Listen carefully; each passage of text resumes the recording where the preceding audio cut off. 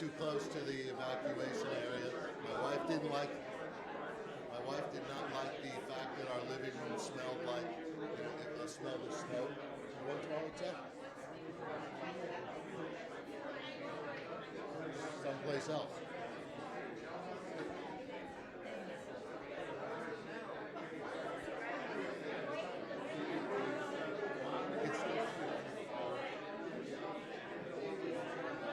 But it doesn't.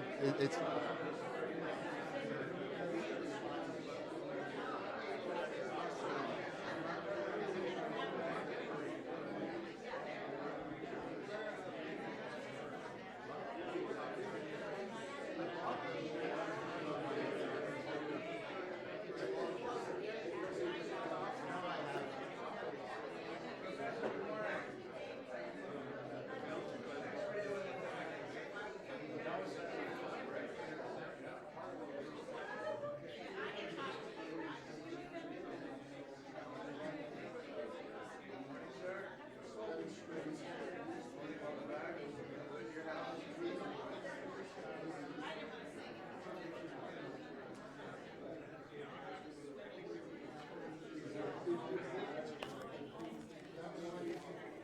Good morning.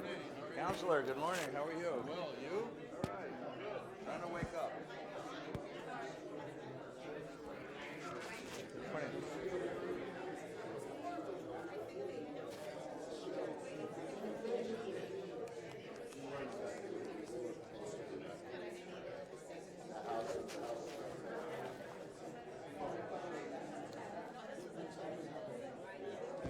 Morning.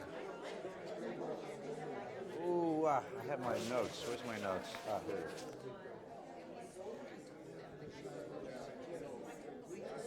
Ooh, wow.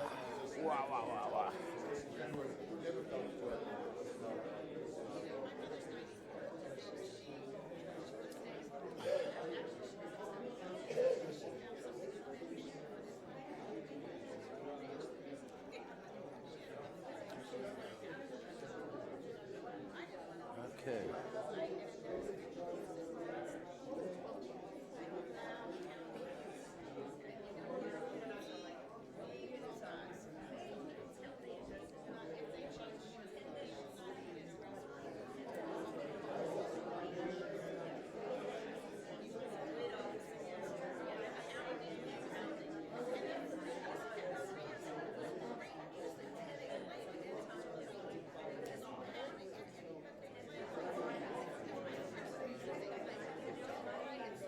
Morning.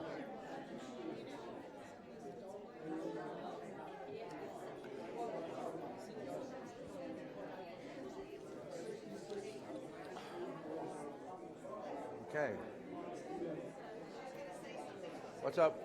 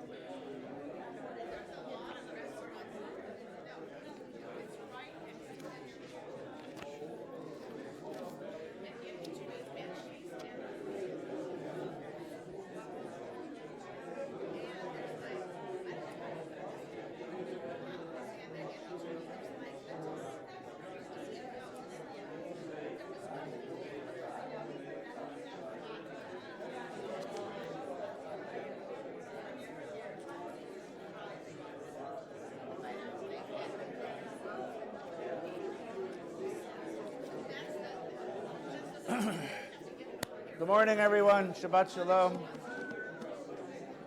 Shabbat shalom. Shabbat shalom. Good morning. This morning, for this morning's Torah study, it would be really good to have a chumash. So there's a bunch of them over here, and there's some in the seats, and there's a few over here, and we could go get some more if you need them. Okay? Because there's no worksheet. We're gonna turn a lot of pages today, so get your fingers ready. We're going to jump around the Chumash today.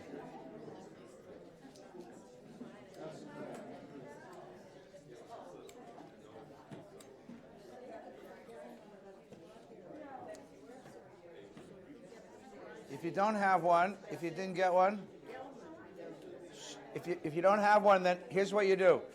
If you don't have one, then you want to go get a few? Just go to the shul and pick a few out of the pew. That's the best thing to do. Thank you, Neil.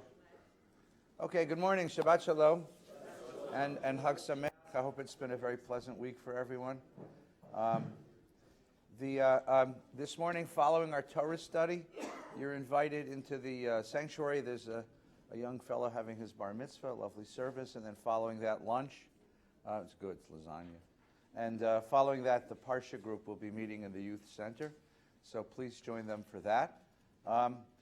We were sorry this last week to have canceled the APAC event. As I know some of you got, I hope you got the message.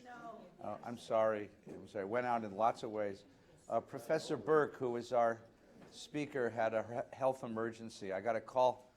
I talked to the guy 4 o'clock in the afternoon. He was excited to come, and then I got a call from his wife several hours later that he'd had a heart attack. Minor heart attack. He's okay. He passed out during a lecture. They rushed him to the hospital. They put him under observation. It appears that he's going to be fine. But they told him, you're not going to LA tonight. So we had no choice. We tried to get another program together, but with just a few hours' notice, it's really difficult to do. So rather than put on something that was sort of half done, we thought it best to cancel and postpone it. And it will be postponed. He'll be coming back, and we'll have another event sometime soon. So I apologize if you didn't get the notice and you came. I hope you had a cookie or two.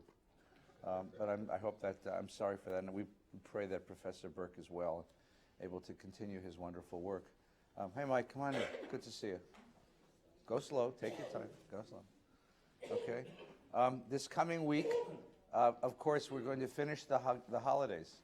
They come finally. The holidays come to an end. Bless you, sir. Thank you. Thank you. Here you go.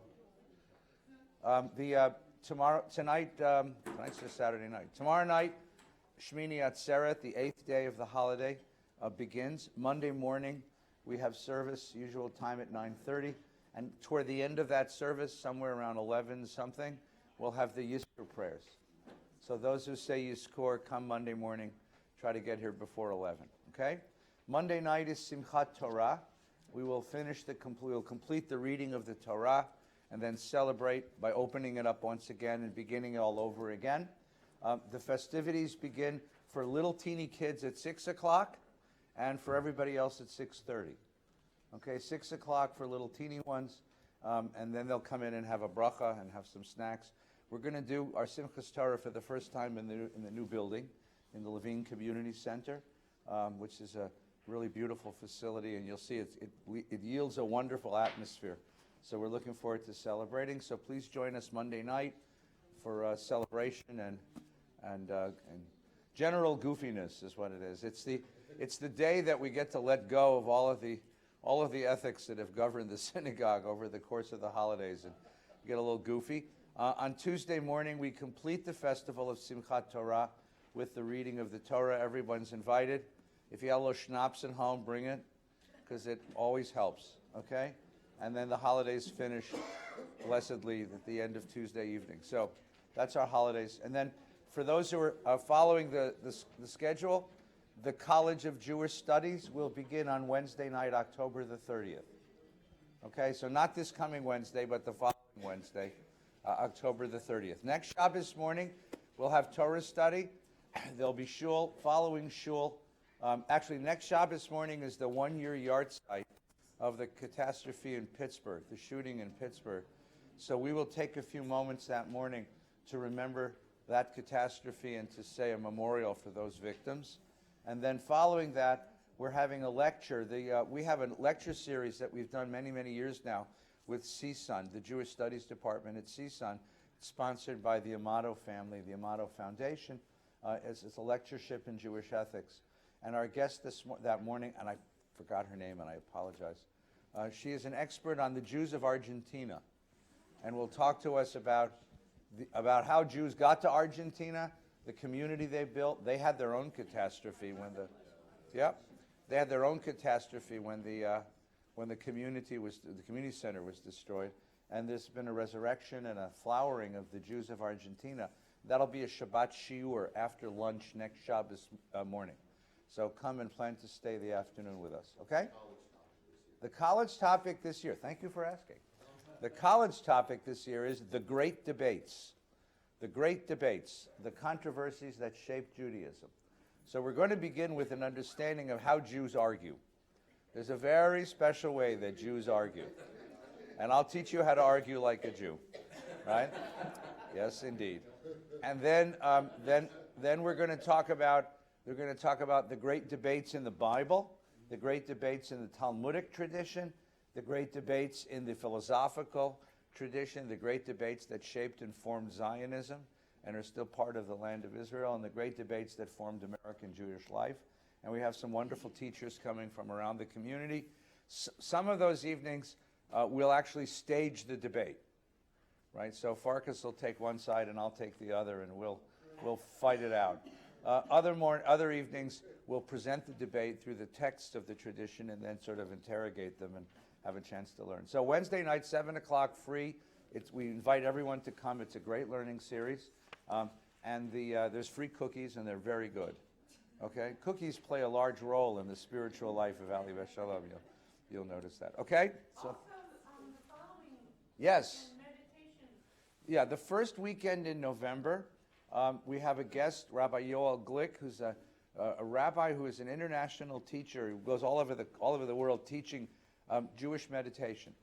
Written some wonderful books, and he'll be our guest here teaching Jewish meditation. So those who have been involved in Cantor Barron's meditation groups or would like to learn the techniques and texts and traditions of Jewish meditation, it's a wonderful opportunity to learn with a master teacher. Okay, and he'll be with us that weekend. And during the course of the year, we'll have other wonderful guests coming to spend the weekend with us. Okay? Other questions? That's good. Thank you. Thank you. It's also an election year. God help us. Okay? I was flipping through the Chumash, getting ready for the holiday, and I noticed something about the Haftarah. So you all know that there are 3 sections to the Hebrew Bible. There's Torah, the first 5 books. There's prophets, the next 8 books. And then there's a whole bunch of section at the end called the writings. The rabbis of the tradition wanted Jews to become literate. So what they did is they established a reading of the Torah for every single week. Okay? There's 2 traditions, by the way. One tradition was they divided the Torah into 54 sections, one for each week, a Parshat HaShavua, Parsha from the word portion. Parsha, same word. Parsha, portion of the week. Okay? The other tradition was a Sedra, which was 154 sections. It took 3 years to finish the reading of the Torah. The 1 year tradition won, which is why we have Simchas Torah every year instead of having it every 3 years. And every week there's a section designated for that week, so that by the course of a year, you've actually read the whole Torah. Which, by the way, in the course of human history is kind of radical. First of all, because it meant that literacy was almost universal in the Jewish world, including women. The only tradition in which women were taught to read with the same enthusiasm as men, because in order to participate in the spiritual life of the community, you had to be literate. Or to put it in fancy words, literacy is requisite for spirituality. So everyone learned the tradition, and the tradition was never esoteric. We always had an esoteric tradition. We always had secrets. It's hard to keep secrets from Jews, though, you know? Because, they all know that they're secrets, you know? So there was an esoteric, a secret tradition, but primarily, the idea was that everyone should have access to the text. So the idea that it was read aloud in synagogue every single week meant that the spiritual tradition was available to everybody. And that little ritual we have at the end of service, at the end of the Torah service, where a person comes and lifts up the Torah and then turns around so everybody can see it. And the song we sing is Vizot HaTorah Asher Sam Moshe Lifnei B'nei Yisrael Al Pi Adonai. This is the Torah that Moses placed before us by the command of God. And if you think about that ritual and what it means, it's saying that you own the Torah. The Torah is not owned by the rabbis and kept in a secret vault someplace. The Torah is not owned by the priesthood and kept in some secret place. The Torah is available, open, literally open, to everyone in the community, and therefore literacy becomes part of the community and everyone is engaged in the process of learning. That's a great spiritual adventure. So we have Torah every single week, and we have Simchas Torah. When we finish the reading, we start all over again. So next week, we're going to begin with Genesis. We're going to start creating the world, and we get Adam and Eve and Cain and Abel and the talking snake and all our favorites, starting all over again. The second section of the Hebrew Bible is called Prophets. It's 8 books. It's Joshua, Judges, Samuel, and Kings. And then later prophets are Isaiah, Jeremiah, Ezekiel, and an anthology of 18 prophets. Okay, some of these books are divided up. I think I explained this to my lunch and learn the other day, because books in the ancient world were written on sheepskin, on parchment. A book was as long as you had, as big as your sheep. Sometimes you had a book which was longer than one sheep. So what did you do? You divided it. It became a 2-sheep book, right? So there's 2 books of Samuel, because Samuel had a lot to say. They needed an extra sheep. There's only one guy named Samuel, but it was 2 sheep. So you have these 8 books. The tradition wanted us to learn these books as well, so they took a section from the biblical prophets and assigned one section to every Torah portion. They looked for some connection between the two. Either the theme of the portion or a name in the portion was mentioned, and it became a section that was assigned to every Torah portion of the year. That's called the Haftarah, or Haftorah. The word Haftorah means the closing section, because it tells you that you're about to finish the Torah reading part of the service. And it comes after the reading of the Torah. Now, there's a third section of the Hebrew Bible called Writings, and in certain traditions there was a section of Writings that was assigned to every week, but we've lost much of that tradition. We don't do it anymore. But at least Torah and Prophets you get every single week. Does that make some sense? Good. So, the Haftarah, the Torah portion, that's read on Sukkot. There's a section from Torah, and there's a section from Prophets. The section from Prophets that's read on Sukkot is the section that has to do with the building and the dedication of the Temple of Jerusalem, which I thought was a really interesting idea. Now, the rabbis chose that. They chose it as a section because because Sukkot is all about building a sukkah. And it's about leaving your home and going outside and living in a temporary building. And it remembers the moment when we built a permanent religious institution. So this morning I'd like to take up the topic of religious institutions and what it means to have a religious institution. Now, we confront this in a very interesting way these days. There are a lot of people, particularly younger people, but not necessarily, who will tell you the following sentence: I am very spiritual, but I'm not religious. Okay, I'm spiritual, but not religious. Now, that's a funny sentence because typically, if you look up the dictionary, you'll discover that spiritual and religious are synonymous. They're synonyms, right? It's like I'm very warm, but I'm not. I'm very hot, but I'm not warm. I mean, it's a synonym. But here's what most people mean when they say that. A person who says, I am spiritual, but not religious, is saying to you that I have very strong feelings that my life is part of something much bigger than myself. I have deep sensitivity for the way in which my life touches upon the life of the universe. A person might even feel like I believe in God or something like God, something much bigger than me, that I'm part of, that I'm in connection with. I feel sensitive to that. I have deep feelings. I might practice mindfulness and other qualities and activities that make me feel this sensitivity, but I'm not interested or I'm not committed to the institutions and traditions that teach this stuff. I'm doing it on my own. It's a species of do-it-yourself life in America. Now, that person, if you probe them, you might see how much they believe in this. Some people will just say, I'm just not interested in the institutions. Other people will start giving you a diatribe about why the institutions are corrupt and deceitful and cold and awful and terrible. And you get along, and I hear this because I work for an institution and I become a target for this sort of stuff, right? And there are many sort of examples of this. Billy, you want to add something? Well, the spirituality, is that synonymous with I can do it myself? Well, a part of it is. Decide whatever religious practices. Well, see, now, don't critique it. Don't critique it. Just describe it. Okay? We can critique it, but first describe it. The idea is I don't want to be locked into somebody telling me how to do my spiritual life. Spiritual life is deeply personal. It's deeply idiosyncratic, individual, and I want to have the freedom to shape it in the way that I want to shape it. I'll give you a great example. In the 1980s, there's a very famous book that was published by a group of sociologists at UC Berkeley, led by the famous sociologist of religion, Robert Bellah. And the book, he took the title of the book from a phrase from Alexis de Tocqueville. It's called Habits of the Heart. And it was a wonderful study of American religious life. And in the course of the study, they introduced several character types, several characters that they interviewed, and they described their religious lives. One of the people there it's a very famous case. So her name is Sheila. Okay, that's what the name they gave her in the book. I'm sure that's not her real name. Her name is Sheila, and Sheila says, "Look, I don't belong to any religious community or institution or tradition. I'm taken from all the traditions that appeal to me, and I form my own faith, and I call it Sheilaism."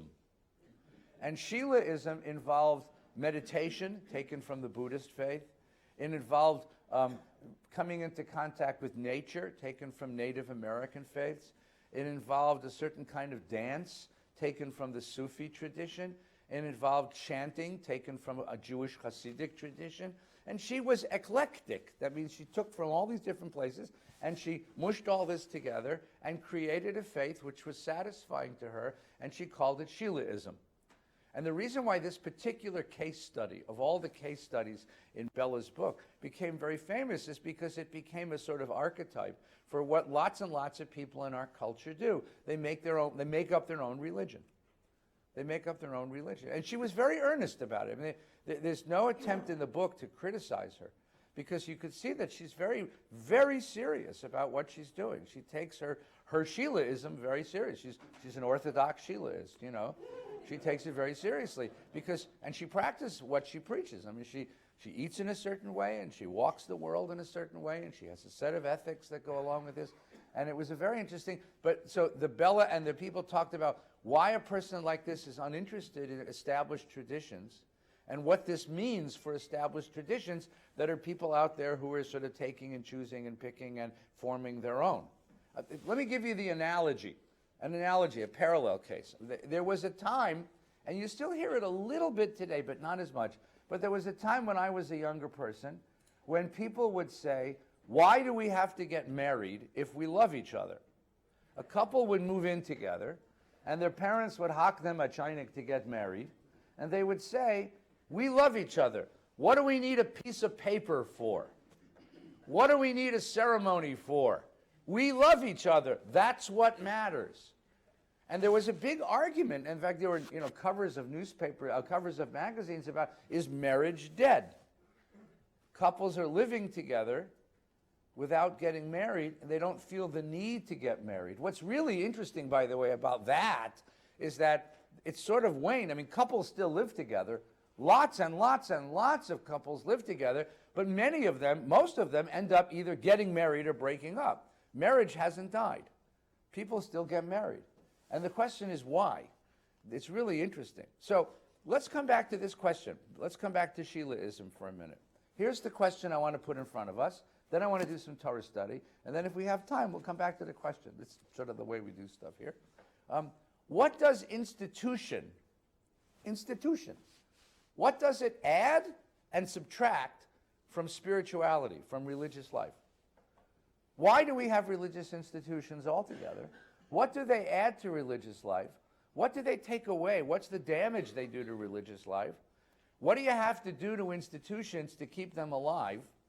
Right, this is something that people in my business spend a lot of time worrying about. Is the synagogue dead, right, or dying? Okay? And what does it mean to have a live institution? What does it need to be? So let's take a look inside into the text, because you're going to find these things.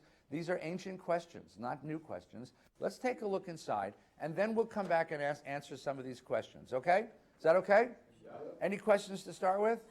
Any concerns, counter sermons?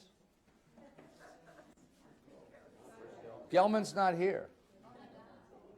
Oh, by the way, so let me make this announcement. So the first weekend in November, which is 2 weeks from now, I'm going to be on the road, and Rabbi Gelman's going to lead Torah study.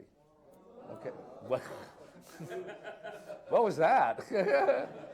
So I want you to be really nice to him until he's almost finished speaking about what he's going to speak about, and then I want one of you to stand up and say, Rabbi Gelman, that was magnificent. But because I'm going to be watching on my computer this time, right? The first way, it's November 2nd. November 2nd. Rabbi Gelman will take my place because I'm going to be out. I was invited someplace in the world, and I wanted to go and teach. So anyway, here we go. Open your Chumash, if you would, please, to page 479. 479. I'm going to start at the beginning. But who's going to do that today? I feel bereft, you know. Mark, wherever you are, we miss you. He's a wonderful teacher. You're going to enjoy him a lot. Okay? This is the end of Mishpatim, which is the end of the Mount Sinai story. There's actually two moments in the Mount Sinai story when amazing things happen. At the very beginning, when the whole people gathers around the mountain, and here at the very end. So let's just read this. This is the epiphany. This is the moment of revelation. This is the peak moment of the whole experience, right? The Lord said to Moses, right, come up to me on the mountain and wait there, and I will give you the stone tablets with teachings and commandments which I have inscribed to instruct them. So Moses and his attendant Joshua arose, and Moses ascended the mountain of God. To the elders, he had all these elders with him, the 70 guys, right? To the elders he said, wait here until we return to you. You have Aaron and Hur with you. Let anyone who has a legal matter approach them. Aaron and Hur are in charge. Joshua and I are going up to the mountain. When Moses ascended the mountain, the cloud covered the mountain. The presence of the Lord abode on Mount Sinai, and the cloud hid it for, what? That's right. And the cloud hid it for 6 days. On the seventh day he called to Moses from the midst of the cloud. The presence appeared in the sight of the Israelites as a consuming fire on the top of the mountain. Moses went inside the cloud and ascended the mountain, and Moses remained on the mountain 40 days and 40 nights. So we have this epiphany, this moment of revelation. It has all of these attendant sort of special effects, right? Quaking mountains, burning mountains, clouds, voices from heaven. All this amazing stuff happens. And basically what the Torah is trying to describe is, what's it like to meet God? What's it like to meet God? And the Torah is having a hard time describing it because it's one of these sort of indescribable experiences. If you think about in your own personal life, an indescribable experience, right? You know, the day your kid is born or your grandchild is born or the day a relationship was launched. You know, I can't describe it to you. It's too amazing, right? Sort of like mountains quaking, right? Indescribable. So that's the basis. So that's the indescribable, one time only in history experience, unique experience. Now, we have a Haftorah here, which is slipped in here, but I want you to turn to the very next section of the Torah, which is on page 485. Right after that, in fact, it doesn't even tell us how Moses got down the mountain. It just said he went up into the cloud. Woo! Everybody go, woo, right? You got to have a little woo here, right? Watch what happens. The very next line of the Torah. Now, you understand that there are no chapter markings in Torah. This is just the very next line of the text. The Lord spoke to, I'm on page 485. The Lord spoke to Moses saying, tell the Israelite people to bring me gifts. This, by the way, is for all of you who get angry at me because I have to do an appeal for the synagogue on Yom Kippur. In the middle of the revelation, what does God say? A building fund, you know. I want gifts. I want truma. Truma doesn't mean gifts. Truma means donations, contributions. God's schnorring, God's handling, right? Right? You shall accept gifts for me from every person whose heart moves him. I don't think about cards with stickers, but it's there. And these are the gifts I want. All right? I don't want schmutz. I want good stuff. Gold, silver, copper, blue, purple, crimson yarn, fine goat's hair, tan ram skin, dolphin skins, acacia wood, oil for lighting, spices for anointing oil, lapis lazuli, other stones for setting of the ephod, the breastplate. And then the most important line is number 8. So go get this stuff for me. And then this is the line right after the Epiphany. You see that? Go get this stuff for me. Why? Look at the next line, verse 8. Verse 8's the big one, right? Asuli mikdash v'shachanti b'tocham. Right? Asuli mikdash. Make for me a mikdash, a holy place.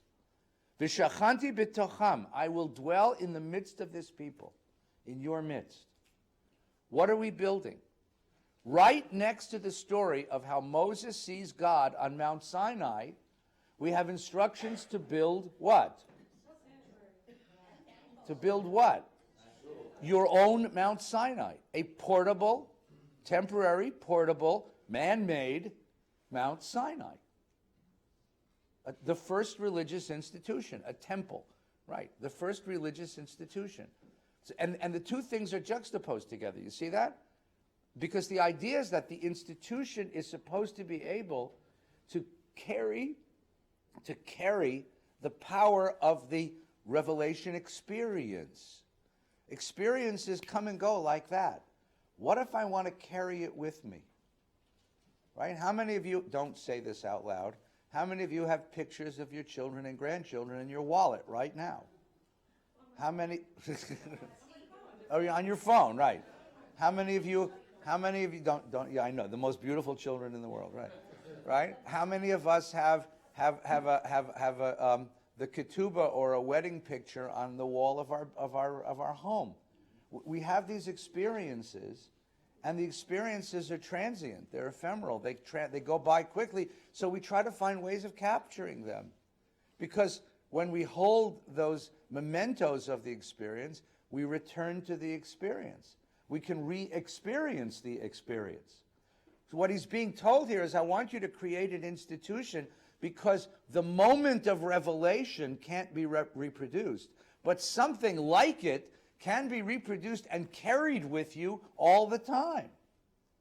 We have memories. One of the functions of memory is that if I close my eyes, I can go back to my wedding day.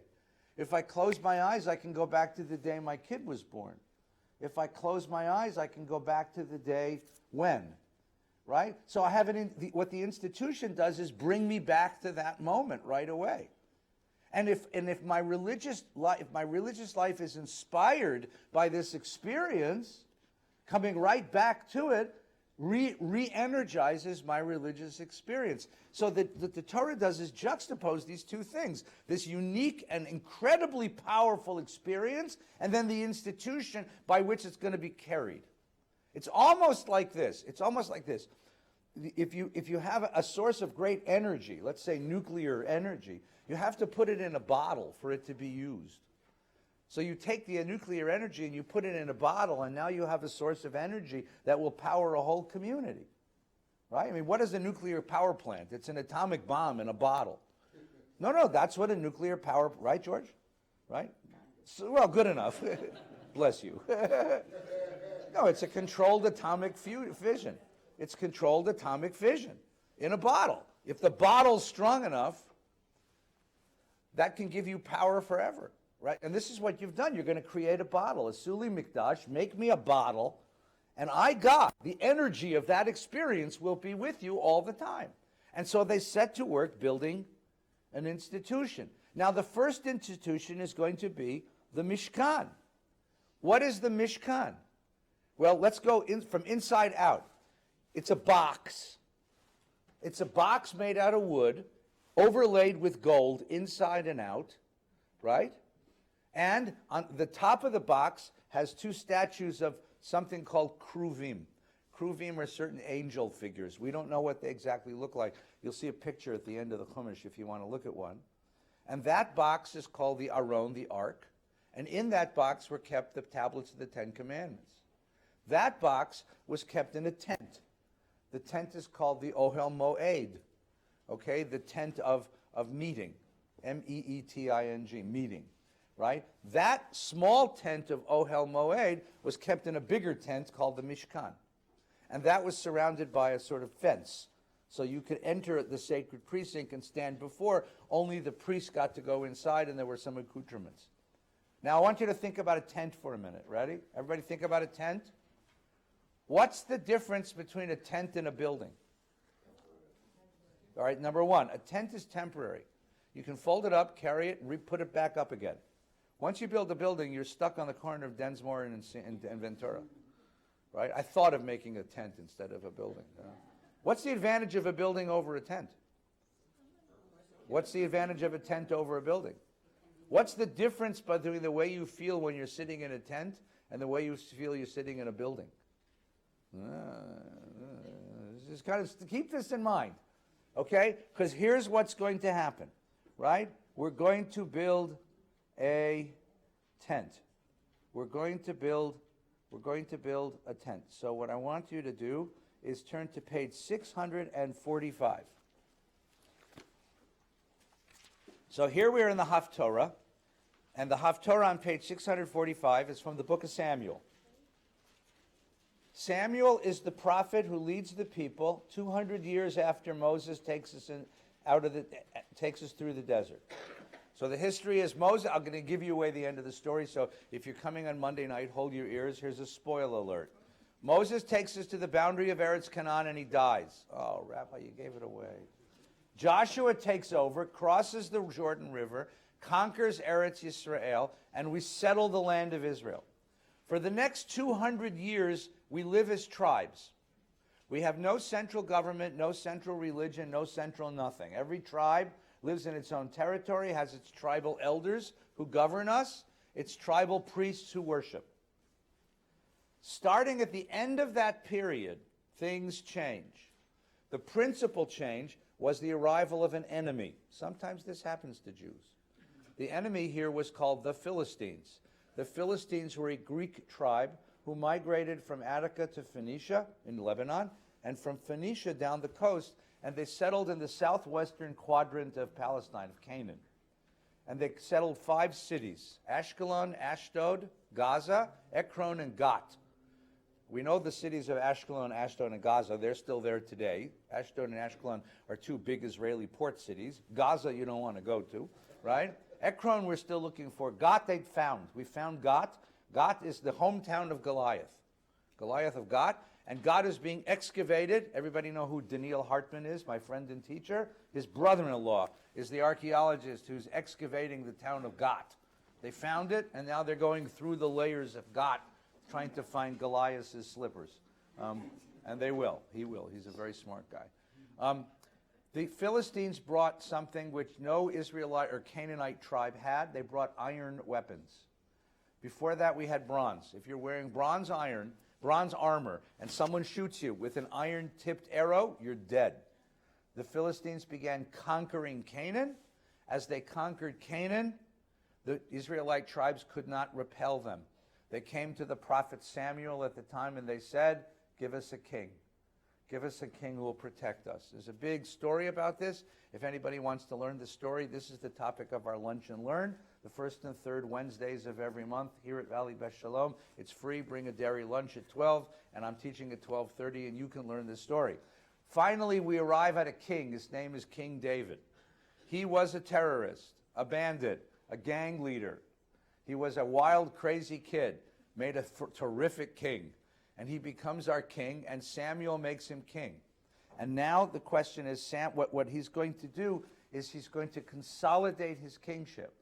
The way he's going to consolidate his kingship over the tribes of Israel is he's going to build himself a capital that's outside of any tribe, so that the king is above the tribal structure.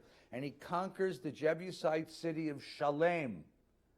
It's a hill country. It's a hill city where the caravans stop. And the city of Shalem becomes David's city. Ir Shalem, Yerushalayim. Jerusalem was a city like the District of Columbia, outside of any tribe's district, and it becomes David's royal capital. And in order to consolidate his rule over the people, he moves the Ark of the Covenant to that city and puts it across the street from his capital, from his palace. He builds a palace, and he puts God's palace right across the street from his palace.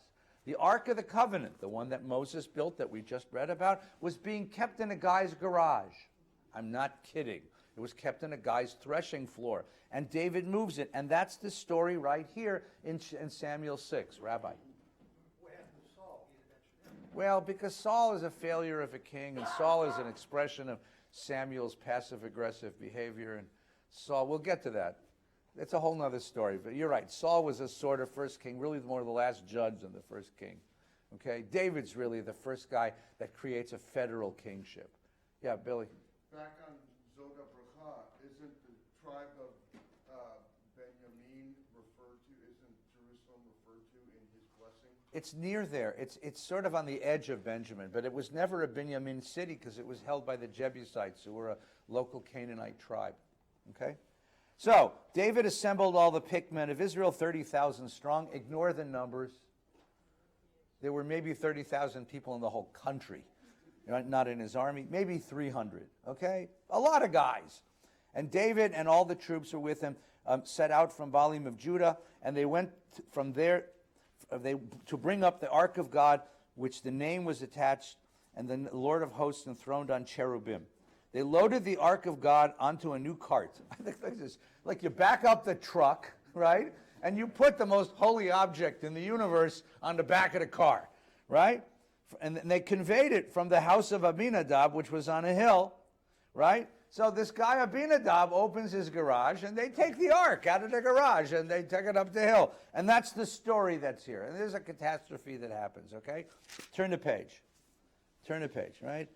If you want to just, page 646, take a look just quickly. Look at verse 16. As the ark of the Lord entered the city of David, Michal, daughter of Saul, was looking out the window and saw King David leaping and whirling before the Lord, and she despised him for it. Michal was his wife, but really a wife of convenience, not a wife of because it was part of the succession. So she opens the window, and so they're bringing the ark in, and David's having this moment of religious ecstasy. And he's dancing in front of the ark, which is what we're going to do on Monday night, right? Only in those days, you didn't have pants. A guy wore a sort of robe that was sort of open at the bottom. So as you're dancing high in the air and whirling about, what's happening? It's a little immodest, right? So the wife says to him, like, what are you doing this for? It's obscene, right? And they brought the ark of the Lord, and they set it up in the place inside the tent which David had pitched. And David sacrificed burnt offerings, and he blessed the people. Now look at chapter 7. Everybody 7? When the king was settled in the palace, and the Lord granted him safety from all of his enemies about, the king said to the prophet Nathan, I'm dwelling in a house of cedar, while the ark of the Lord abides in a tent. So one side of the street, you have the king's palace, which is this really nice building, right? And on the other side of the street, you got the tent that's housing the ark. And he says, there's something wrong with this, right? There's something wrong with this, right? And I want to build a temple. Go and do, Nathan said to the king, go and do whatever you want. Gesundheit, right? With that same night, the word of the Lord came to Nathan. Nathan's the prophet. Go and say to my servant David, thus said the Lord, are you the one to build a house for me to dwell in? From the day that I brought the people of Israel out of Egypt to this day, I have not dwelt in a house, but have moved about in a tent and tabernacle, a mishkan. As I moved about wherever the Israelites went, did I ever reproach any of the tribal leaders I appointed to care for my people? Why have you not built me a house? Right? I don't want a house. I want a tent. Now stop a second. That's an interesting voice. God says, don't build me a house. Leave me in a tent. Why does God like a tent instead of a house? What? It's portable, but it's now been established in Jerusalem. Why would he want to stay in a tent instead of a house? Think about the difference between the experience of sitting in a tent and the experience of sitting in a house. What's the difference between a house and a tent? It's a good Sukkot question because it's all about Sukkot, right? You're going like this, which is exactly right. Tell me why. Go ahead. You're stable in there. You're settled. You're there as a whole house is protecting you, making you safe, Yes. always there. If I put the ark into a house, God lives in that house. If I keep it in a tent, remember, what do you do for a tent? You roll up the sides, right? Right? God doesn't live in that tent. God's everywhere. Right? Go ahead. The attention goes to the building versus. Well, that's a second rock. Yes, you're right. You're absolutely right. So first, the first thing is the experience. Then we'll talk about the attention. The question is, if I put God in a building, God lives in that building. God lives in that building. Religion now becomes localized, right? When I come into the shul, I have to be a mensch. When I leave the shul, I can be a son of a bitch. Because God lives in the building. So in the building, I'm going to be kosher. But outside the building, I'm going to be a schmuck, right? Because God lives in the building. If you localize religion. You localize religion. And you make this idea that God lives here and not there. That holiness lives here and not there. What God is saying to him here is, I don't want to be in a building, because if you put me in a building, you'll think that's where I live. I want to live in the world. I want you to know that there's no place you can't find me, and there's no place when I'm not watching you. Right? And that, Farzan's point, all the attention goes to that building. The building then becomes holy. Ooh. Everybody go, ooh. Okay? Right? So we have a problem. We have an argument here between pro-building and anti-building. Pro-building and anti-building in the Torah itself. You see, Sheila wasn't the first one who said there is a problem with religious institutions. When religious institutions become powerful, people think that God is localized within those institutions and not available anyplace else. And the institution itself becomes an object of worship. The institution becomes the object of worship. And you can see that clearly in the Torah in just a moment. Yes. Pass the...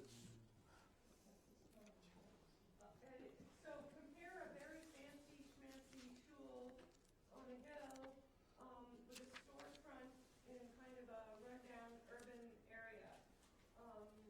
Do you need a fancy shul, or can you pray in...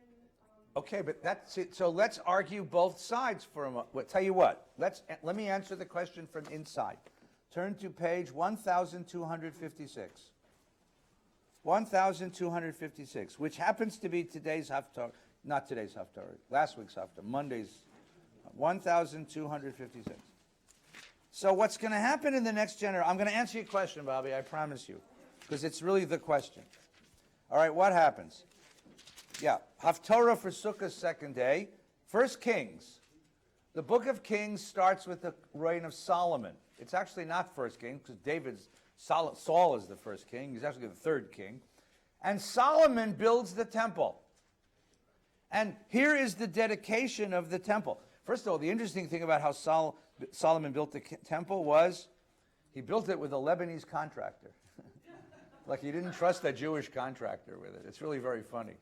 We're doing a remodel in our house, and the guy who's doing the tile is a Lebanese guy who knows the Bible. And he's very proud to do my work. He says, Rabbi, I've never done the work on a rabbi's house. I'm very proud. You said, when Solomon built the temple? I said, I know. He said, those are my ancestors. I said, that's why I hired you, I want you to build my bathroom to look like the temple of Jerusalem. He said, I can do that. You have money, I said, I'm a rabbi. What do you want out of my life? Solomon builds a temple, and we have a dedication feast to the temple. And here you have this whole celebration of the temple. So here's the question. Before we get to Bobby's question about whether you need the fancy building, what does an institution add to religion? Why do religions want institutions? Here is the glorious, I'll be right with you though, here is the glorious recognition of the temple, right? And the men gathered before the King Solomon at the feast in the month of Etanim, the 7th month, and all the elders had come, and the priests lifted up the ark, and they carried the ark of the Lord, and they brought the tent of meeting and all the holy vessels, and Solomon and the whole community were assembled, and the priests brought I'm just reading it quickly, right? They brought it into the shrine of the house. They installed it. They build a building, and then they install the ark, and then they turn it on, right? And the priests came, look at verse 10. You ever have like a new appliance and then there's that wonderful moment of suspense about, I wonder if it's going to work? You ever have that? Right? You put it in and the guy says, I think it's fine. And you're like, what do you mean you think it's fine? What am I paying you for? Right? And then you turn it on and if it works, it's like, whoa. Right? Watch this. They build the temple and they put the ark in it, and then when the priests came out of the sanctuary, verse 10, for the cloud had filled the house of the Lord, and the priests were not able to remain and perform the service because of the cloud of the presence of the Lord filled the house. They turned it on, and guess what? It worked. It worked. God lives in the house. We have God in our house. Right? It's a great thing. And now he sings the song. Look at the next page. The Lord has chosen to abide in a thick cloud. I have built for you a stately house, a place where you may dwell forever. Now there's that question again. Is it a good thing or a bad thing to have religious institutions? Then the whole congregation of Israel, standing, the king faced and blessed the congregation. And here's the blessing. Praise be the Lord God of Israel, has fulfilled the deeds he promised to make to my father David. Ever since I brought my people Israel out of Egypt, I have not chosen a city among the tribes of Israel for building a house where my name might abide. But I've chosen David to rule. My father intended to build a house, but the Lord said, no, you don't build it, but I'm going to build it. And the Lord has fulfilled his promise, and I've set her place, and he created a house for God. And then if you follow along, the next Haftorah, which is on... well, never mind. It goes, the Haftorah for the next week, for tomorrow, for Monday, continues this story. Okay, what did we do? We just built an institution. What does an institution add? What does an institution subtract? All right, Adele. Wait, hang on, you got a microphone so that you're immortal. And the whole world can hear you. Thank you. Thank you.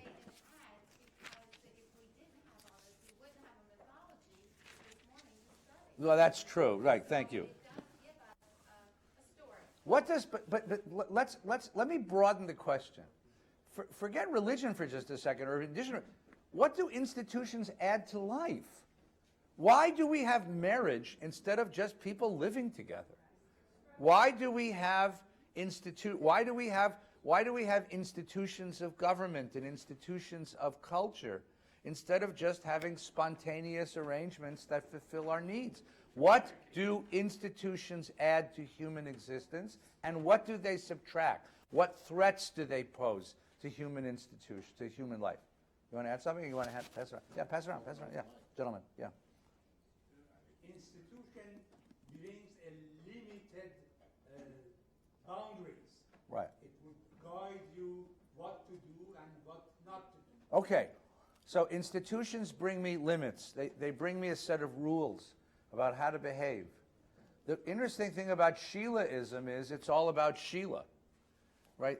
Nothing in Sheilaism will ever ask Sheila to be more than Sheila. One of the functions of an institution or a tradition religion is that it asks me to be more than myself. It offers me forms of discipline which I would not take upon myself.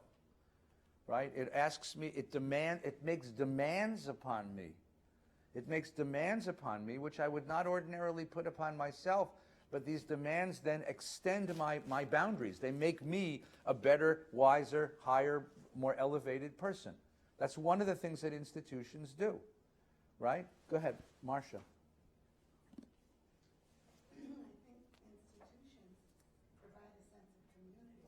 Okay, the other thing about institutions enable us to share unique and precious experiences. Okay? I want you to answer, let me answer the question the other way. So those of you who have children in their 20s and 30s, and they say to you, Mom, why do we have to get married for? Dad, why do we need a piece of paper? We love each other. We're living together. We're keeping house. Why do we need to get married? How do you answer them? How do you answer that? So one of the things that institutions do is it provides a language for sharing our experiences, right? How many of you, don't raise your hand, but there used to be a radio program which was very good called Religion on the Line. With Mr. Prager was the moderator, and he'd always have a rabbi, a priest, a minister, and usually somebody else. And if you ever listen to Religion on the Line, it's KBC late on Sunday evening. Happens to be was a wonderful program. Yeah. And what happened was every single show that I ever listened to, somebody would call in with the same question. This question: do I have to belong to organized religion to have a relationship with God, or can I have a relationship with God that's all my own and I don't need you guys? And what would always happen is the priest, who represents the Catholic Church, would say, no, you have to be part of the church. You know, there's a Latin phrase, no ecclesia sacrum. If you're outside of the ecclesia, if you're outside of the sacred precincts of the church, you can't come close to God. All right? Or, you know, in the book of, in the New Testament, it's only through me can you come to the Father. The Protestant minister would say, no, you can have a relationship with God on your own. You don't need the church. You don't need institutions. The rabbi would always wonder what time it was and when the commercial was coming, right? Here's the answer to the question. You can have a relationship with God without having institutions. Anyone can. You don't need a synagogue to pray. You don't need a Torah to observe God's law and tradition. You can have a relationship with God. But the moment you want to describe it to somebody, the moment you might want to share it with somebody, what language are you going to use? The moment you want to tell your family, this is what really moves me, you need to create a shared language in which to describe the experience that you're having. When people have a bar or bat mitzvah with their kid, you know, you have this moment and you're looking at this 13-year-old kid and you remember all at once the moment the kid was born, and the moment the kid first walked, and the moment you took the kid to school for the first day, and the moment, and you're standing there and you have no language, and the rabbi says, Shechianu, V'kiyamanu, V'giyanu, Lazman Hazer. What the institution has done is provide you a language to describe the wonder and power of that moment.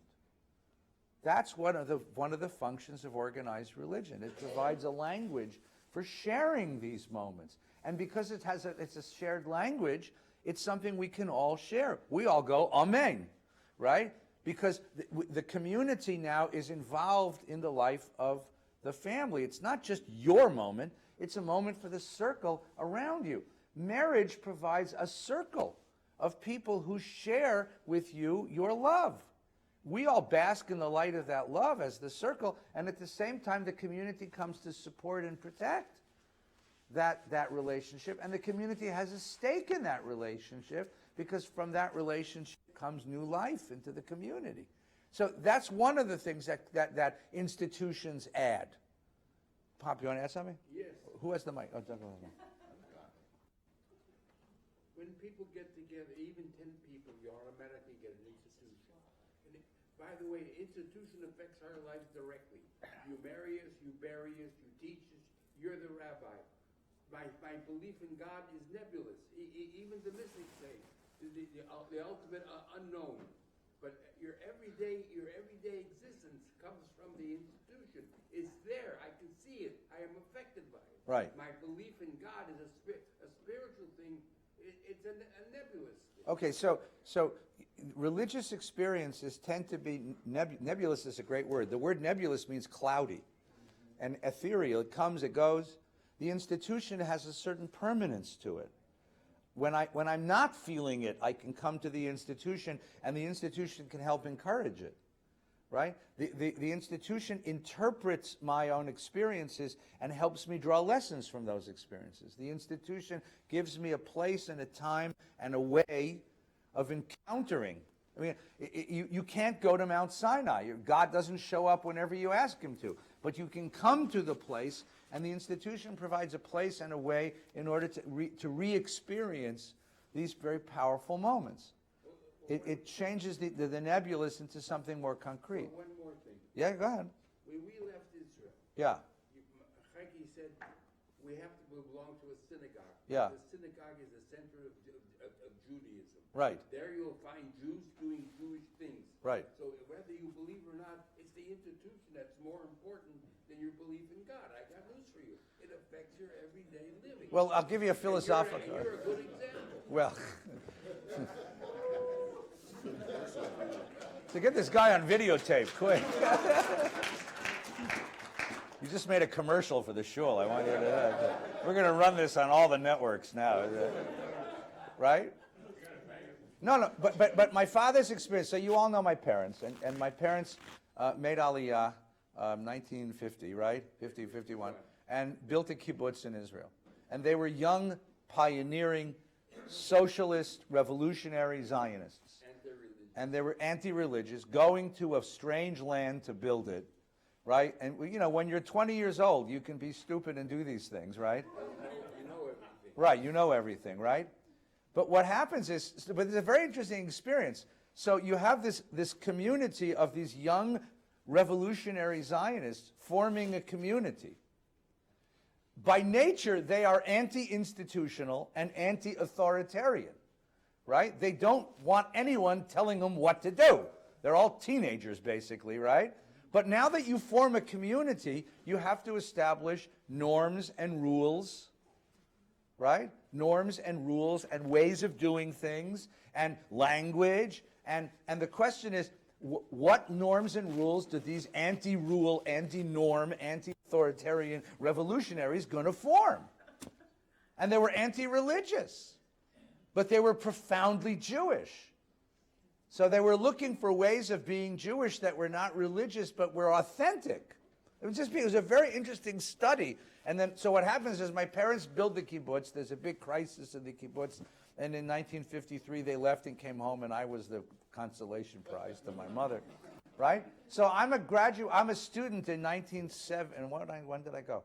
I went to school in 1973. I went to Israel to study my junior year, and I went and I spent the summer on the kibbutz with all my father's old girlfriends, right? No, all these women were like really nice to me, and I could never figure out why. I was the only volunteer on the kibbutz that had someplace to go every afternoon with cakes and fruits, and the other guys there was Japanese volunteers and British volunteers. They're always like, "Who are you? Like, why do you get all these invitations?" Like, and I couldn't figure it out until I called home once, and I said, "Pop, do you know Chava?" Chava was in charge of the kitchen. Right? And she said, "Yeah, I know Chava like real well," you know. And I said, "Do you know Batya?" I said, "I know Batya real well." I said, Did you know this? I know her real well. I realized why all these women were being so nice to me, right? But what happened was, by the time I got there, which was now 20 years after you left, in those 20 years, that group of anti-authoritarian, anti-institutional people had developed a very, very robust set of institutions and rules and ways of doing things. It was very interesting. Every Friday night, I would go, you put on white, that was the kibbutz tradition, and you walk to the Chadar Ochel for the dining room for Shabbat, and the Shabbat was all done in white. And the amazing thing was as I'm walking through the kibbutz, the volunteer quarters were at the end of the kibbutz, and the dining room was the other end of the kibbutz. It was a long walk. I'm looking in the windows, and there are Shabbos candles in all the windows. And I got to Batya and Aaron's house, were my kibbutz parents, and Batya puts a shmata on her head, and she lights the candles and says the bracha. I said, "Batya, you guys are like anti-religious communists. Like, why are you doing this?" And she looked at me like, "Shut up," you know, because it's Shabbos. It's Shabbos. You bench lich. Like all these institutions had found their way back into the kibbutz. It was really very interesting. So here's the question. What do institutions add and what do they subtract? I want to come back to Bobby's question. Please turn in the Chumash to page 529. 529. Yes. Page 5. Exodus 32. Now this is a story that's worth detail, but I only want to look at one aspect of this story. Now this story is from Tissa. This story is planted right in the middle of the narrative of the building of the Mishkan in the desert. Mamish, right in the middle of the narrative that tells us how Moses was building the tabernacle and the ark, the first institution. Right in the middle of the building of the first institution, they stick this story. Chronologically, in the narrative, it doesn't go here. Rashi right away says it's in the wrong spot. It should have been elsewhere. It should have been before. But it's here for a reason, because it's a warning, and it's Bobby's question a moment ago. When the people saw that Moses was so long in coming down the mountain, right? He was up on the mountain 40 days. What did they do? The people gathered against Aaron. The Hebrew is Al Aharon. They ganged up on Aaron. And they said to him, come, make us a god who will go before us, for that man Moses who brought us out of Egypt, we don't know what's happened to him. Make us a god who will be before us. Human beings need symbols. Human beings need symbols. We need symbols that establish our solidarity as a community. We need symbols that represent our values. We need symbols of our identity.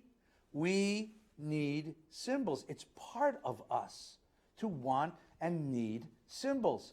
And if we don't have them, we rush to make them. This afternoon, 50,000 people are going to sit in a stadium somewhere south of here and watch two teams of football players beat the bejesus out of each other. And one half of the stadium is going to scream their bloody heads off for one side of the game, and the other side is going to scream their bloody head off for the other side. Right, well, wait till UCLA plays. Yeah, that's an exercise in futility on its own. But sports, have you ever been to a sporting event? I go to sporting events when people invite me to sporting events, because I'm not a big sport person. I love sports, but I don't. So I go, and people, their faces are painted, they're wearing the regalia, you know, they wear the colors, they know the names of all the players, which is interesting, they know the names of all the players, because every year the players change. In the professional leagues, they all get traded away and then rebought, right? It's the only form of organized slavery that we have left in the United States. You know, in the college game, they're all gone after it. But they're invested in this. Why? The team is me. The team is me. And I'm going to root for the team because the team is, this is our American secular civic ritual. In ancient days, the town would do a sacrifice. Today, we send the Dodgers to go play. And they lost, so we're all depressed as hell, right? Or SC or UCLA or the Rams or the Chargers. The Chargers are kind of strange because we're not sure. That's a little goyish, you know? I mean, the Rams belong to us. The Chargers feel a little trafe, you know? Like, Chargers? They belong to San Diego. What do you mean, Chargers? What's this Chargers, right? I mean, you know, it's really, it's an exercise in civic symbolism. Make us a God who will go before us. Give us a symbol of our collective life. Give us a symbol of our values. Right? We salute the flag. That's a ritual. It's an object. It's a symbol of our collective values. Give us a symbol. One of the problems we're all having now, all of us, Republicans and Democrats, pro-Trump and anti-Trump, is that the president is challenging the sense in which the presidency is a symbol of the whole country. And even people who are his big supporters understand that his behavior is making it difficult for other people to respect the presidency. I mean, in England, they figured this out. In England, you have a queen. Everybody can swear allegiance to the queen, right? And then criticize the hell out of the government. You don't like Boris Johnson? Good, nobody does, right? But the queen, it's God save the queen. In America, the president is both head of state, the symbol of our nationhood, and at the same time the chief executive officer of the country. And so you have a doubling of his role, and it becomes very, very difficult. And a president has to behave in a certain manner, and his behavior challenges his. I'm not being political, because even those who love him and love his policies will acknowledge that his behavior makes it more difficult for people to acknowledge him. And that becomes a big problem in the country, because I want to swear my allegiance to the country, but it's difficult to do that. You see, and the controversy that surrounds makes it difficult to do that. Give us a God who will go before us. Give us a symbol of our national solidarity, of our collective solidarity. That's what symbols do. That's what institutions do. It's why we weep when we hear the words of Hatikvah, because it represents our history and our triumph over our history. That's why the Star-Spangled Banner lifts us up and elevates us, because it represents the triumph of our history, our victory over, think of the words, "Oh, say can you see by the dawn's early light, what so proudly we hailed at the twilight's last gleaming? Is the flag still there?" That's the question. And the answer is, you damn right it is. Why? Because this is the home of the brave and the land of the free. The idea of the flag represents our victory, our collective. Give us a God. Give me a symbol. People need symbols. But there's a problem. You ready? You ready? I didn't mean to get political, because I hope that wasn't a political comment. I didn't mean it to be a political comment. No, I'm serious. I mean this very seriously, because I'm very sensitive to the role of symbols in American life, in all of our culture. But here's the next problem. Ready? Right? Aaron said to them, okay, take off the gold rings that you're in your ears and your sons and your daughters and bring them to me. In case anybody has a son who wants an earring, you can see that it's an old biblical tradition, right? And the people took off their gold rings and they gave them to Aaron, and Aaron took them and made a calf. Now look at the two statements. Look at the two next statements, right? The people's statement and Aaron's statement. Jump to Aaron's statement first. Aaron's statement is in verse 5, and the people's statement is the end of verse 4. Look at what Aaron says. When Aaron saw this, he built an altar, and he says, tomorrow is a festival of the Lord. What is the calf for Aaron? It is a symbol for God. It's not God. It is the symbol of God. Actually, it's the footstool. The idea, the calf was the symbol, was the thing that the emperor put his feet on. The emperor of Babylonia put his feet on a footstool that looked like a calf. For Aaron, that's what the golden calf was. The golden calf was a symbol. God was above it. The calf was the exact same thing as the Ark of the Covenant. The Ark of the Covenant wasn't God. The Ark of the Covenant was a place where you could go to meet God. That's the purpose of the institution. It's not the thing you worship. It points to the thing you worship. It helps us conceive of the thing you worship. But look at the end of verse 4. He took it from them and he made a calf, and they is the people exclaimed, this is your God, O Israel, who brought you out of the land of Egypt. What is the calf for the people? God. It is invested with magical, mystical power. That's the definition of idolatry. The definition of idolatry is when you make the symbol into the thing it's supposed to symbolize. Have you ever seen people touch the Torah as it goes down? No, exactly right. If you touch the Torah and you kiss the Torah and you fawn over the Torah, but you can't read Hebrew, you've turned an object into an idol. Right? If the thing becomes more powerful, more sacred than that which it's supposed to symbolize. Now, we have reverence for symbols. And we do. Right? The flag isn't just another piece of cloth.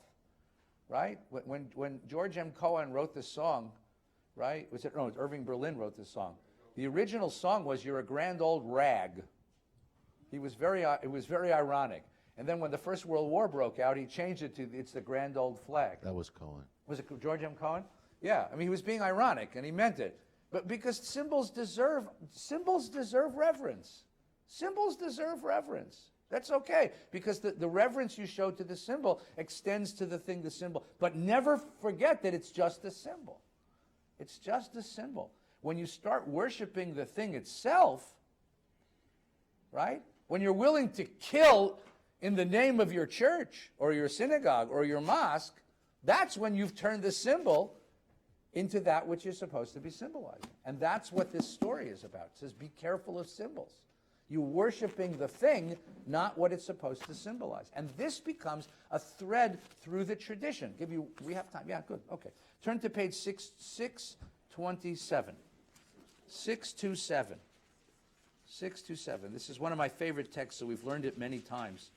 They're all my favorite texts, but this one I like in particular.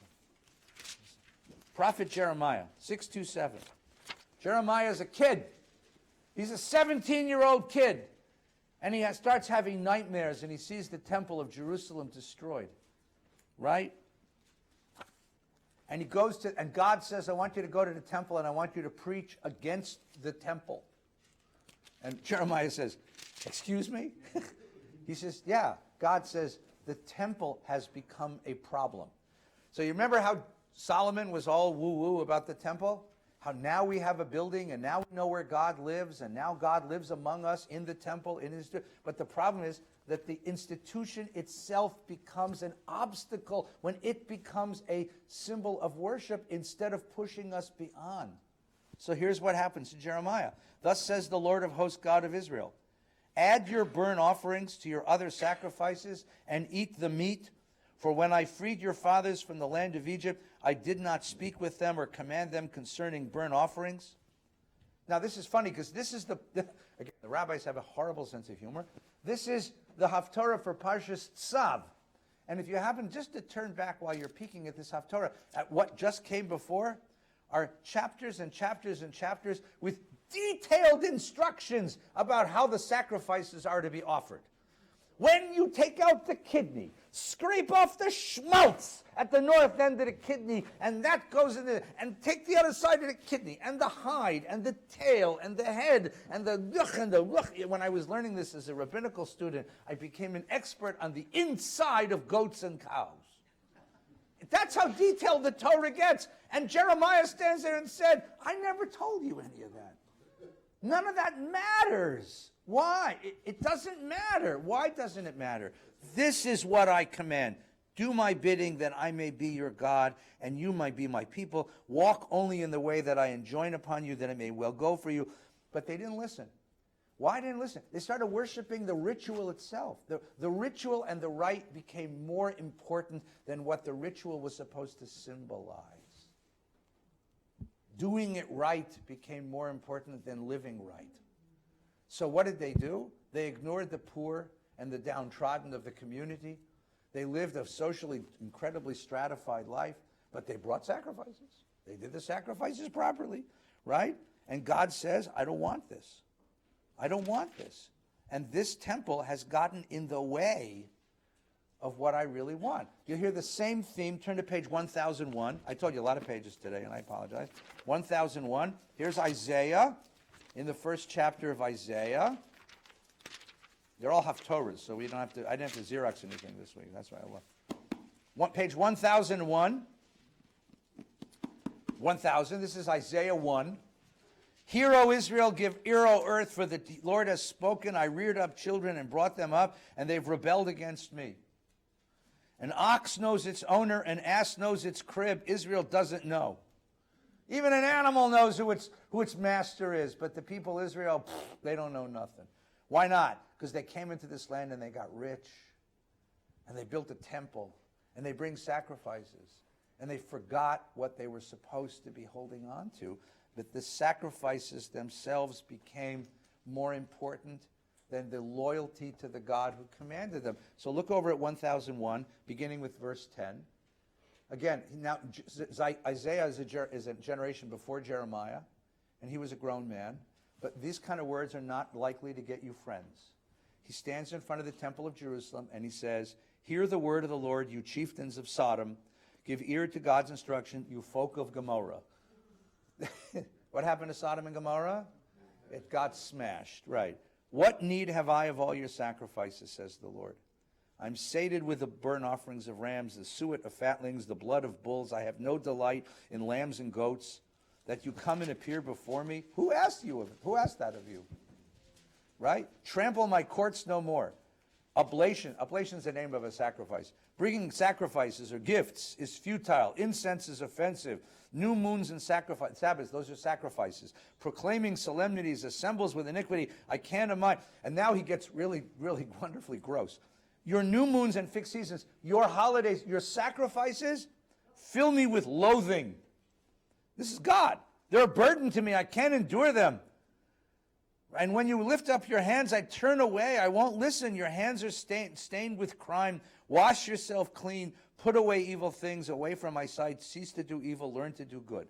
What is the problem with institutional religion? It becomes an end in itself. It stops being the instrument of human elevation. It stops being the symbol of the way we ought to live in the world, and it becomes an obsession all by itself. And when it becomes an obsession, it becomes an obstacle. So now you have this really interesting debate right here in the Bible. What's the debate? On the one hand, we need symbols. We human beings need symbols. We need institutions. Institutions function in a very powerful way to shape us and form us and to teach us and to elevate us, but they can become corrupt very easily. as we revere them and as we protect them, they sometimes form obstacles to the very ends that they were created to pursue. And when they become obstacles instead of instruments, when they become a roadblock instead of a pathway to a holy way of life, then they become dysfunctional, then they become corrupt, and then they become a serious problem. So the question is, how do you keep them alive? How do you keep them alive? That's why God wanted to stay in a tent. Because a tent you can fold up and put away. And then you can rebuild it. But once you build an institution, they have a life of their own. Institutions have a life of their own. They have a momentum of their own. And the question is, how do you break down those institutions and reinvent them generation after generation so that you remember what they were started for and they don't become fossilized and petrified and they don't become obstacles? How do you build an institution, protect it, and at the same time destroy it and rebuild it? That's the great question. And you know what? We never figure that out. That's the argument, that's the tension that's built into the Torah. So, one of the solutions to it was really ingenious. 7 days a year, I want you to build a hut in your backyard, move out of your house, and live in the hut. In a certain way, if we were to do this as a synagogue, maybe we'll do this next year. Maybe we'll get out of the building next year, and we'll conduct the entire synagogue life out in the sukkah. I mean, think about get out of the building. Get out of the institution. Go outside and reinvent it. And don't come back in until you're ready to make it work the way it was intended to work. Sukkot as a holiday was meant as a corrective to the corruptions of institutions and a way of restarting institutions. Restarting institutions all over again. Yes, please. The Burning Man. The Burning Man. You know about that? Yeah, oh yeah, believe me, yeah. They do. So there's a big festival that's held in the desert every year. Yeah, they're It was living in started it. by a few young crazy people, and now it's populated by thousands and crazy, thousands yeah. and thousands But what of... do they do is they live in tents. Yeah. And they have a temple. Yeah. Open 24/7. Yeah. And they go over there, and whatever religious they have, they go and pray in there, and whatever they want to do in there, and they go to their tents. And the symbol is they build this giant symbol, Oh, right. and then they destroy it. And they burn They, everything. they and burn it, right. Everything. So and the they idea, but finish. you see, this is the impulse. The impulse is, I need symbols, but I want to make sure that the symbols don't own me. That's it. That the symbols don't restrict me. That the symbols don't hold me back. The problem with Sheilaism is that there's nothing there that's going to raise Sheila above the level of Sheila, right? Because she's not committed to anything. I mean, the function of marriage is to make us better human beings, to teach us patience, understanding, forgiveness, right? And marriage does that if it's practiced properly, but it can also become the opposite. It can also become a trap. And the question is, how do you mediate those two things? Yes? You're beginning to look like Herzl. I want you to know this. Thank you. Sergio is writing a piece of music on the life and career of Theodore Herzl. And as a way of to get into the role, he's starting to grow. You're beginning to really look like him. I want you to know that. I was going to call you Herzl, and then I realized, wait a minute, that's Sergio. Please, Maestro. I would put it a little bit different. Yes, please. I think that one of the problems of the institution is that it makes worship automatic. It lets you get away from actually doing and thinking what you are supposed to be doing and thinking with the prayers. And Right. It just becomes a habit, good habit, bad habit, but it's not, as you said, well, it becomes an institution. No, but I don't want to spend another hour, but Right. here's the question I would ask you, my maestro friend, my musically gifted friend. Beethoven writes a symphony. He has an epiphany. He wants to capture his epiphany. He writes the Ninth Symphony. It's the greatest piece of music ever written by a human being. Well, maybe, with the exception of your cantata. But now the question is, how do I make that fresh and new every time I play it? What happens, you know this, there are musicians who become slaves to the score, or slaves to the way the last guy played it, right? How do I make it fresh and new each time? And how do I recover his sense of oh my God, wow, joy, and not just say, oh my God, I just missed an eighth note. You know, how do you make a piece of music which is scored into something fresh and new and bring me back to the epiphany, back to the revelation, the unique experience, and at the same time be true to the score that's in front of me? Because if I just go riffing in jazz, then it's jazz, it's not Beethoven. And that becomes a great question, right? Yeah. There is a quote of Beethoven. Yeah. He said, missing a note is unimportant. Playing without passion is unforgivable. All right, so, and in Judaism you'd say that davening without kavanah is asur. That if you show up and you pray the same way you prayed yesterday, without adding anything of your neshama, your heart to your prayers, then you might as well just stay home. Because your prayer isn't going to be accepted. I mean, it's the idea of kavanah. Right? This is exactly the great issue. You got the issue, right? Andy. I don't find that the concept of the tent versus the institution to be an either-or proposition. Right. I think that in the institution, I think that we are incorporating Shi'ism Yeah. and parts of a tent in Right. order to make a broader appeal. Right. Not just broader appeal, to keep it alive. And my metaphor for this, I think you're exactly correct. The tent and the building then become two parts of an oscillation, of a dialectic. We have to go back to the tent every now and again, because the tent opens the sides. It lets the air flow in. It allows us to recreate the institution, and then we go back to the temple, to the institution. That's what Sukkot is. That's why the rabbis made this the Haftorah of Sukkot, because you leave your house and go live in a hut for a week, and you reinvent yourself and reinvent your home and reinvent your institutions and reinvent your attitudes, and then you go back to the settled institutions that you built before with a different heart and a different soul. That oscillation between the building firm institutions with firm norms, okay, and then an open institution with the invitation to reinvent and recreate, that's exactly what the holiday of Sukkot is all about. This is the time of our reinvention, right? And what a beautiful way to end it. The beautiful way to end it is we finish the Torah and we start all over again. Breshit. This year is a new year. Let's do it again better than we did it last year. Shana Tova. Have a good holiday.